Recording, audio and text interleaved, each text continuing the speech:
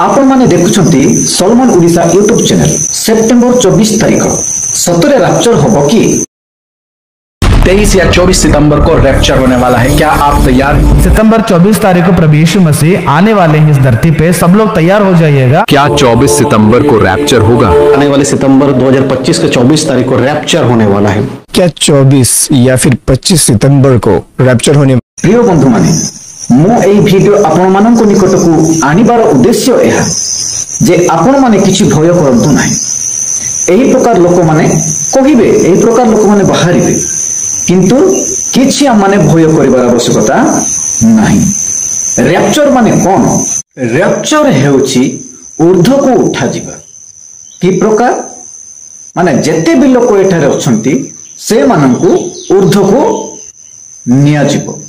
मध्य आकाश रे जेते बेले विचार हबो सेही समय रे रैप्चर हबो। जीसु जेते बेले जगत रे थिले शिष्य मानक संग रे जीत पर्वत रे से गले। आउ सेही समय आपण माने पाई पारिबे प्रेरित 1 अध्याय 9 पद रे से देखु देखु मेघमाला रे स्वर्ग को आगमन कले, अर्थात रैप्चर हेई गले। से पृथ्वी को ओह्लेबे नाही, मध्याकाश पर्यंत आसीबे। आउ मंडली मध्याकाश रे ख्रीष्टଙ୍କ सहित मिलित हबो। सेटा होछि रैप्चर। बंधु माने आपण माने जानि सारी थिबे रैप्चर माने कोन। से माने को रैप्चर कथा से माने कहउछंती कोन पालन करथिबे तांको लेखा तांको जण। किंतु सेति पय प्रभु यीशु कहिले जाकि लोक लिखित सुसमाचार 17 अध्याय 21 पद रे आपण माने पढिते किबा देखो एठारे किबा सेठारे बोली कहिबे, किंतु जाओ नाही, किछि आवश्यकता नाही। ईश्वरंकर राज्य तुम्भ मानक मध्य रे ही अछि।